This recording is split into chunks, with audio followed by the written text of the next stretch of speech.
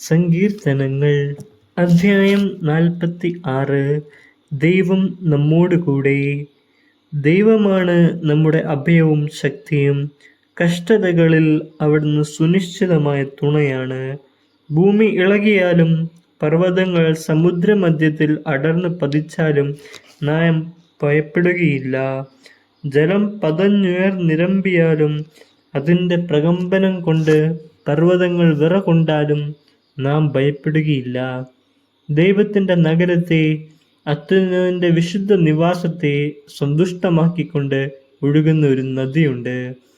ആ നഗരത്തിൽ ദൈവം വസിക്കുന്നു. അതിന് ഇളക്കം തട്ടുകയില്ല.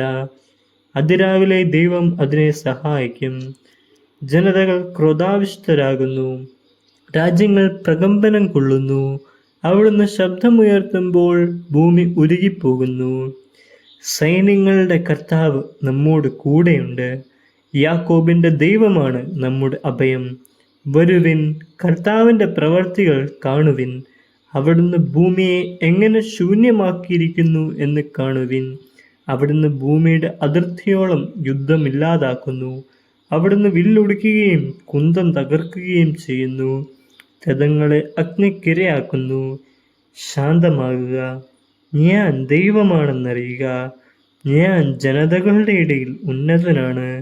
ഞാൻ ഭൂമിയിൽ ഉന്നതനാണ്. സൈന്യങ്ങളുടെ കർത്താവ് നമ്മോട് കൂടെയുണ്ട്. യാക്കോബിൻ്റെ ദൈവമാണ് നമ്മുടെ അഭയം.